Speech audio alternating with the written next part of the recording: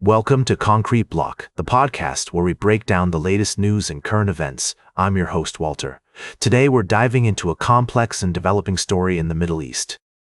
The United States and Iran have concluded direct talks in Islamabad, Pakistan, aimed at finding a peaceful resolution to their ongoing conflict.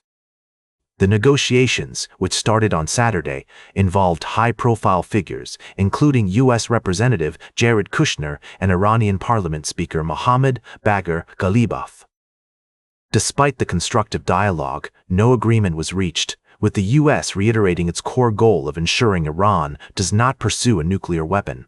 The conflict has already claimed over 500-600 lives, with more than 300-600 people killed in Iran and over 2,000 in Lebanon. Israel has also reported casualties, including the deaths of 13 American troops. The situation remains volatile, with Israel continuing its attacks on Hezbollah in Lebanon. Experts believe that while the talks may not have yielded an immediate breakthrough, they demonstrate a commitment to finding a peaceful solution. As one analyst noted, the U.S. is eager to exit the war, and further negotiations are likely to take place. We'll continue to monitor this situation closely and provide updates as more information becomes available. The international community remains hopeful that a peaceful resolution can be achieved, bringing an end to the violence and bloodshed in the region. We'll be right back with more of today's top news on Concrete Block. Welcome back to Concrete Block. We're diving into the world of international politics, where a significant election is underway in Hungary. After 16 years in office, President Viktor Orbán is facing a substantial challenge from his main opponent, Péter Magyar. As voting takes place on Sunday, allegations of voting irregularities and false flag operations have surfaced from both sides, adding a layer of complexity to the electoral process. To provide some context, Orbán has been a dominant figure in Hungarian politics for nearly 2 decades, with his government implementing various policies that have sparked both praise and criticism. His opponent, Péter Magyar, is looking to capitalize on growing discontent among certain segments of the population, promising a shift towards a more Western-oriented foreign policy and a departure from Orbán's pro-Russian stance. It's essential to note that the electoral system in Hungary has been criticized for favoring the incumbent party, making it a challenging task for the opposition to gain traction. Nevertheless, Magyar's campaign has generated significant attention, and many are watching closely to see if he can pull off an upset. As we delve into this story, it's crucial to acknowledge the polarized nature of Hungarian politics. Both sides have their dedicated supporters, and emotions are running high. We'll strive to provide a balanced perspective, exploring the key issues at play and the potential implications of the election outcome.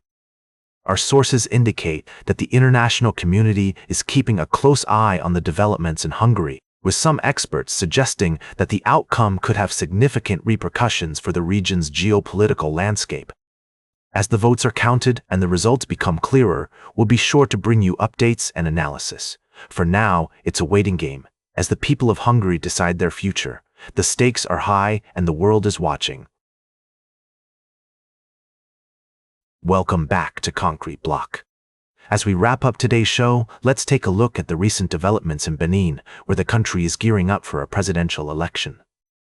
This election comes just 4 months after a failed coup attempt, and it's being closely watched by the international community. The current president, Patrice Talon, is ineligible to run again after serving 2 5-year terms. However, his legacy continues to shape the country's politics.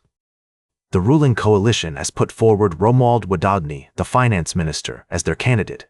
Wadagny is seen as a strong contender, having played a key role in shaping Benin's fiscal stability during Talon's era. However, critics argue that the path to Wadagny's candidacy was cleared through ruthless efficiency, with other potential contenders being sidelined or removed. The main opposition party, the Democrats, has been excluded from the election due to new thresholds for candidacy, which require parties to secure at least 10% of the vote to win seats.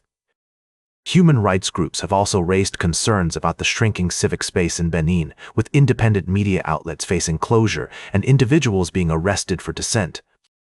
Amnesty International has highlighted the discrimination faced by women and marginalized groups, as well as forced evictions that jeopardize human rights.